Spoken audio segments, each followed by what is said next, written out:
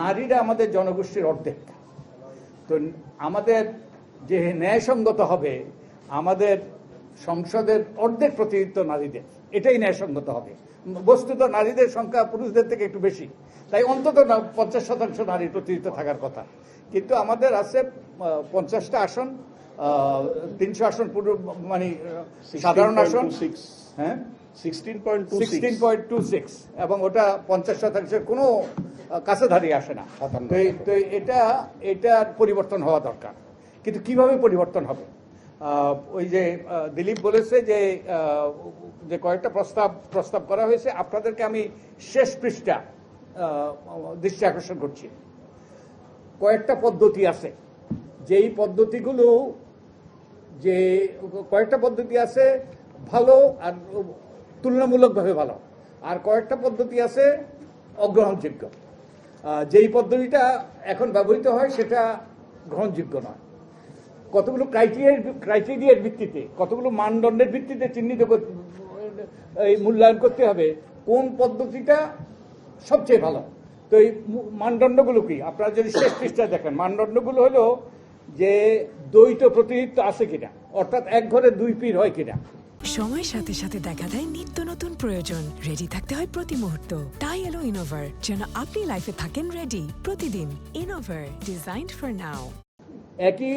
একই যে কনস্টিটিউয়েন্সি দুইজন প্রতিনিধি হয় কিনা।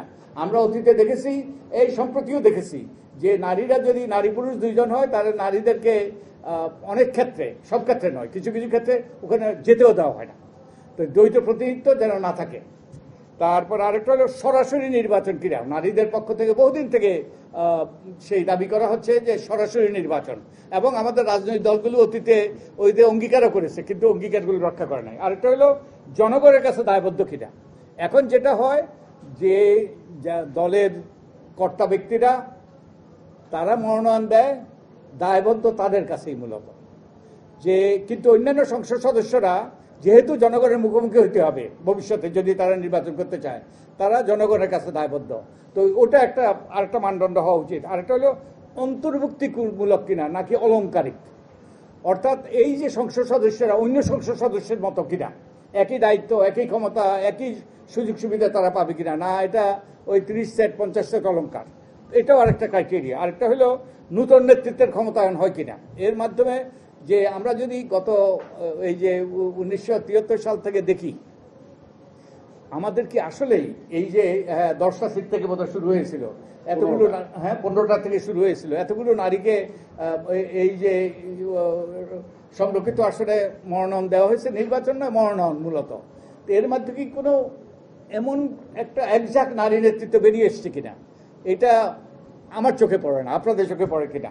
তারপরে এটা কি যোগ্যতা, নির্বাচন হলে যোগ্যতা গুরুত্বপূর্ণ, কারণ যোগ্যতার ভিত্তিতে মানুষ ভোট দেবে। আর এখানে সম্পর্ক, যে দলের কর্তা ব্যক্তিদের সাথে দল, কারণ এটা একটা অনুগ্রহ, এটা একটা প্যাট্রোনাইজ। তো এটাও একটা ক্রাইটেরিয়া। আরেকটা ক্রাইটেরিয়া হলো ওই যে পদটাই হলো ফায়দা, অনুগ্রহ প্রদানের হাতিয়ার, যে দলের কর্তা ব্যক্তিরা যাকে ইচ্ছা তাকে মনোনয়ন দিতে পারে, কারণ এখানে তো নির্বাচনে বালাই নেই।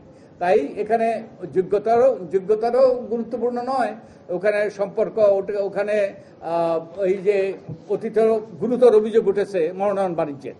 অতীতে আমরা বলছি না এবার হয়েছে, আমরা জানিও না, তাই আমরা এ ব্যাপারে কোনো মন্তব্য করতে চাই না। অতীতে এই অভিযোগ উঠেছে।